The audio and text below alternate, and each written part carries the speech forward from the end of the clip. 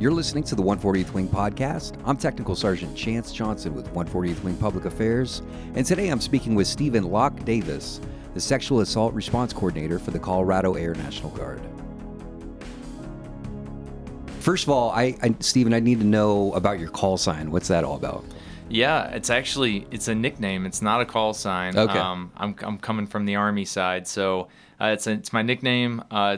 Comes from my middle name, Lockwood, so Stephen Lockwood Davis Jr., and it was my great-grandmother's maiden name. Okay. I'm a junior. My dad That's was cool. a senior, so couldn't both be Stephen. That's how I got the name Locke. So people around the house, your parents, your family, stuff call you Locke? Yeah, Oh, no one's just to ever not- called me Stephen. Really? Okay. Just Yeah. to not confuse you with your dad? Yeah, Okay, correct. Yeah. cool. All right. So you're the SARC. Tell us about your responsibility as the SARC. Yeah. And how long have you been in this position, actually? You're pretty new to this role, aren't you? Yeah, that's a great question. I took over this position in December of last year, so December of 2024. Okay. I've been a victim advocate, DSACP credentialed for about 4 years, so I've been full-time in the SAPR program for the Colorado National Guard in one capacity or another for 4 years. All right. Yeah. And so you said that you're coming from the Army, and you work full-time for us as a Title V civilian, so you're in civilian clothes like me during the week. And so what is your role as the SARC? Yeah, so the Sexual Assault Response Coordinator, or SARC, is tasked with coordinating any and all advocacy functions for survivors of sexual assault. They also work as the commander's liaison throughout the process, meaning should or when a sexual assault occurs in our ranks and a case is opened up that is unrestricted, I will act as the liaison to the commander throughout the process to ensure fidelity in their program, which is the SAPR program.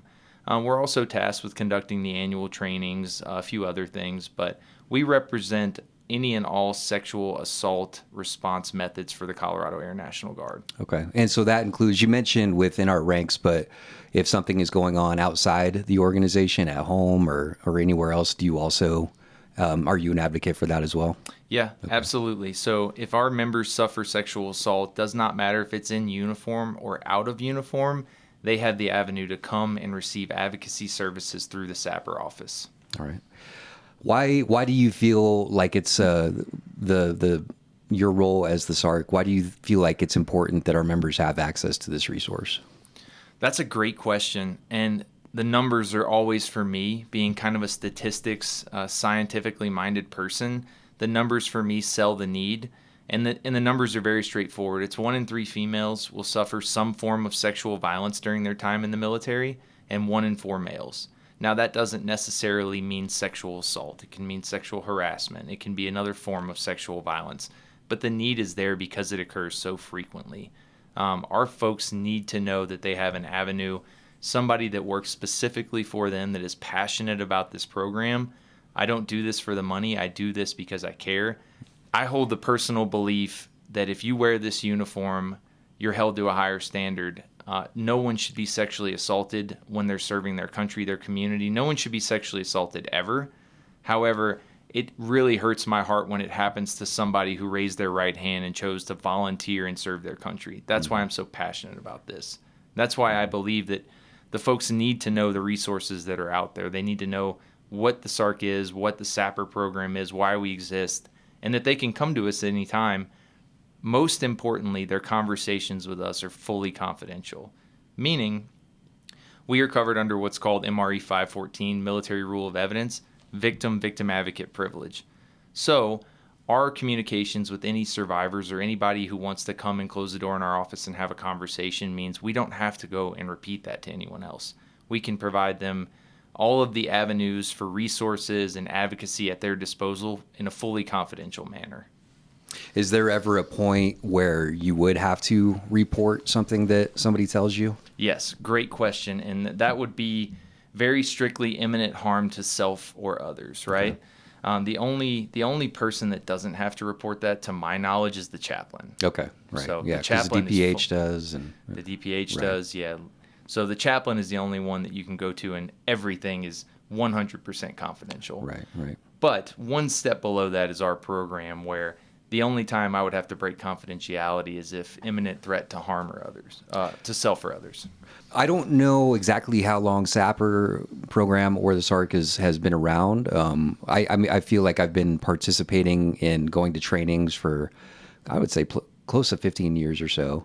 But do you feel like over, in more recent years, this has been something that we as a society or an organization has noticed that has needed attention and is maybe one of those things that we've been working on destigmatizing people coming forward and feeling comfortable to come forward and not feeling like they have repercussions for doing so? Yeah, absolutely. And I think a big driving factor for that, I mean, the SAPR program has existed in some form or another for about 20 years, right? And it's an ever-evolving entity.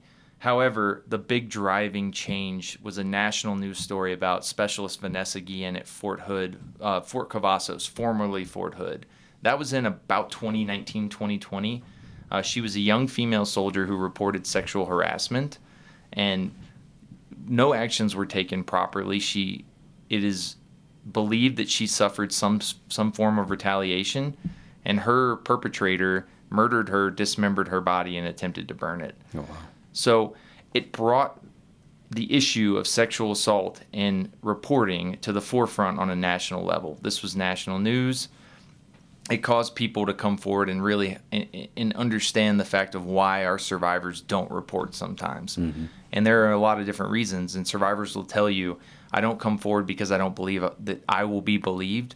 I don't believe that that the person is going to be held accountable, that I will be treated unfairly, I'll be retaliated against, I'll suffer some form of ostracism or maltreatment.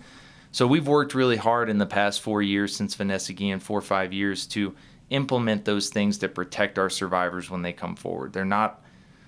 They should not and will not suffer retaliation or reprisal if they come forward with a complaint of sexual violence. It's unfortunate that sometimes it has to come to that some very, very unfortunate circumstance like that has to be kind of the catalyst for something like this program to take effect. I'm glad that it is in effect now.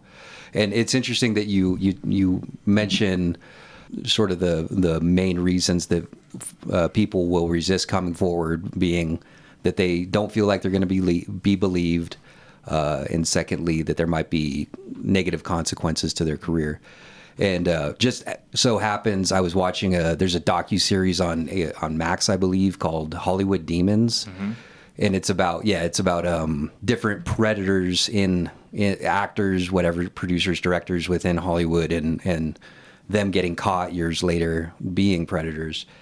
And I was watching one episode in particular last night where that was when they were interviewing the survivors of this one particular actor. That was exactly what they said. The first one, she was 14 years old, I think, when it started, or 13. And she's like, well, nobody's going to believe me. I'm a 13-year-old girl, and this guy's a prominent Hollywood actor. And then there was another person later on who was a script writer or reviewer in Hollywood, and she said that she was told outright that if she did, make any kind of waves, that it was going to negatively affect her career. Or I think even a more prominent one is the Sean Combs situation, and how so many people just backed away from that because they knew how much influence he had in that industry. Yeah, Harvey Weinstein, and the list goes on and on. Yeah. Mm-hmm. Yep. Well, that's, and another thing that you touched on is it's a big reason that I am motivated to do this podcast is to just have an accessible, casual conversation with the folks like you who provide these resources so that our folks can listen to this and, whether it be driving in the car or in the gym or what have you, in an easy, accessible manner, laid back. And, especially our drill status guardsmen, I think that, looking back at my time as a DSG, I think like the first 12, 13 years of my career, there were so many resources that I wasn't aware of just because, in that time in between drill weekends, you're just busy doing other things and you just don't know. So I think that it's good that we have this conversation just like I have with the DPH, and just to make sure that people understand that this is available to them, even in between those drill weekends. So absolutely. I appreciate you having me. I mean, I can't speak enough about this program. I'm not the smartest guy in any room, but I'm the most passionate, particularly about this program. And we all sit through these annual trainings, right? Like I said, I'm an Army Guardsman, so I've been in for 12 years, and I've sat through a million of these trainings. Sometimes we tend to maybe just go through the motions, right? We've done this last year. We're going to do it again next year. I don't need to pay attention. I've heard it all before. I try to teach in a different manner to try to bring people's attention in, because you never know when you will need it. And more likely, you may know someone that does need it, and you want to know the resources at your disposal to send them the right direction. Yeah, absolutely. So what made you decide that you wanted to enter this career field? It sounds like you're pretty passionate about it. Yeah, it's a story that I had the great pleasure last year before I came on to teach buddy aid to the Colorado Air National Guard as their annual sapper training. So I got to teach almost every month for 6 or 7 months.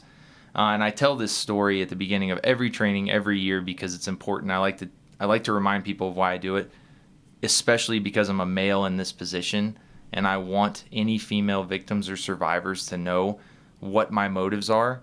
I got into this work in 2020 as a result of a leadership failure on my part. I was a military policeman with the 193rd. We were activated in the summer of 2020, June, I believe, for the civil disturbances in downtown Denver as a result of George Floyd's murder. We were tasked with guarding the federal buildings at night. So I was an E5 at the time, and I had a squad of 9 people, and I had a liaison DPD officer with me. The folks who were there protesting peacefully would leave at sundown, and then individuals who maybe intended to cause damage to property in person, they came in at night, and that's when it kind of escalated. So this situation happened about 11 o'clock at night. We were in the top of the McNichols building. It was chaos below us. So the DPD officer and I were talking about, where would we fall back to? What was our Alamo position if these folks down there who were, participating in this chaos kind of got noticed that we were up there and we had the lights out and so on and so forth. So you can see, I try to highlight that to show where my mind was at the time. It was singularly focused on the mission at hand. And I had a young female come up and disclose that she was suffering a form of sexual violence. She was an E2. And I was able to, and by the end of the night, three other young females had come forward, all the same individual alleged. And at that point, I realized that I had noticed precursors prior to this happening that I did not act on. I should have done something as a leader when I saw something that looked wrong or maybe raised a red flag, but I brushed it off and said, well, it's nothing, it's not a big deal. It's harmless. We're at drill. Mm-hmm. The worst isn't happening. And so I took that fairly seriously as a leadership failure on my part. Someone got hurt, maybe as a result of my inaction. So I quit my high-paying civilian job and came into this fight full-time, became a victim advocate with the Army side, and then I've been in this fight in some form or another ever since. And I think that kind of touches on something else, too, and that's awesome, by the way. I really commend you for doing that and for being humble enough to notice that.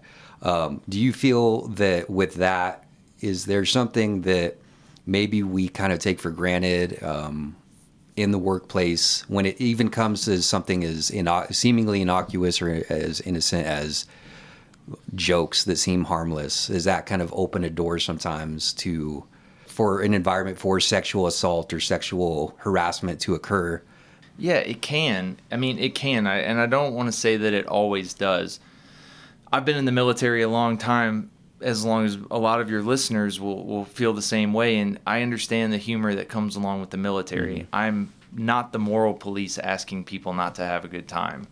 What I am asking them to be is adults and realizing when it crosses a line. Yeah. Because we all know that. We can all tell when a joke has gone too far or a situation has now turned in a way that's hurting someone. And it's at that point I ask people to jump in, get involved. Jump into the fight. Don't be a bystander. The motto for this program, at least since I've been in here, is I want it to be force empowerment, right? Statistically, most people will never, ever commit sexual violence on another human being. Statistically, most people may not suffer that sexual violence. That's what the numbers show. You're far more likely to witness the behaviors leading up to an assault. Those phishing, those grooming, the unsolicited texts that are crossing a boundary. It's when those things occur, I ask people, hey, get involved. Stop that stuff. Don't be a bystander. Be somebody that intervenes, because you could put a stop on that situation before it escalates to the worst case scenario. Mm-hmm. So maybe now that we have learned more about the SARC program and your motivations for doing it, I think it would be great to learn a little bit about you so that our folks can, be introduced to you and feel a little bit more, maybe even more comfortable coming to you. So you mentioned that your background is with the Army and you're currently with the Army Guard. Are you married? Do you have kids? Where are you from? Yeah. I'm married. My lovely wife, Kim. I have 2 stepkids who I don't like using the word step because they're mine. I love them like they're my own children. I have a boy and a girl, Andy and Madison. So first and foremost, I'm a husband. I'm a father. I love being a family man and doing camping trips. I am an avid Colorado Avalanche fan and a fly fisherman here in the Rocky Mountains. So I do like to tell people that if you ever call my work phone and it goes to voicemail, I'm in the mountains. I will either have it forwarded or leave me a message and I will call you right back as soon as I get to service.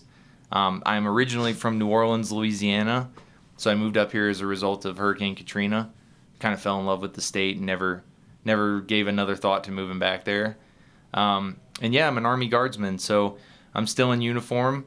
I think it's important to say that I have been granted the very generous arrangement of drilling with the wing as an additional duty location, at least for this calendar year and very likely next calendar year, because I do feel like it's important for me to be here with our DSGs, getting FaceTime, letting them know what this organization is and what we can do to help them should the worst ever occur. So yeah, that's just a little bit about me. Awesome. Well, that's great, Locke. Is there anything else that you would want to leave us with?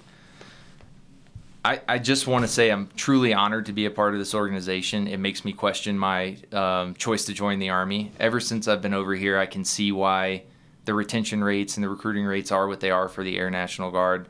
I'm humbled to be a part of this organization. I feel like I've found my home. So I love being here. I love the way that the wing seems like a family, more so than the Army has ever seemed to me. So I look forward to getting to know everyone, getting my face out there, and I would encourage everyone, if you have a question, if you have a comment, if you have a concern, or you'd like to see the SAPR program do something that it's not currently doing, please know that those suggestions, comments, concerns are not just wanted, they're needed. We hear and want to hear everything from everyone, so please let us know what we can do better, what we've done right, what we've done wrong. We would like to implement those things. Just grabbing your card here. So, and if anybody needs to reach out to you, it looks like your email is steven.davis.54@us.af.mil, and that's Steven with a PH. Otherwise, your DSN is 720-847-9950, and mobile number is 720-607-6960. Does that all sound right? That is all right. Yep. Okay. And one more thing is that this job doesn't stop at 5 p.m. We don't punch a clock. We're 24 hours a day. So I would also give the number 720-847-7272. That is our 24-hour helpline for the Colorado National Guard. It is manned 24 hours a day, 7 days a week, 365 days a year by a credentialed victim advocate who can assist, and our goal is always to get to you as quickly as possible. Great. All right. Well, it's been awesome talking to you, Locke. Thank you very much, Chance.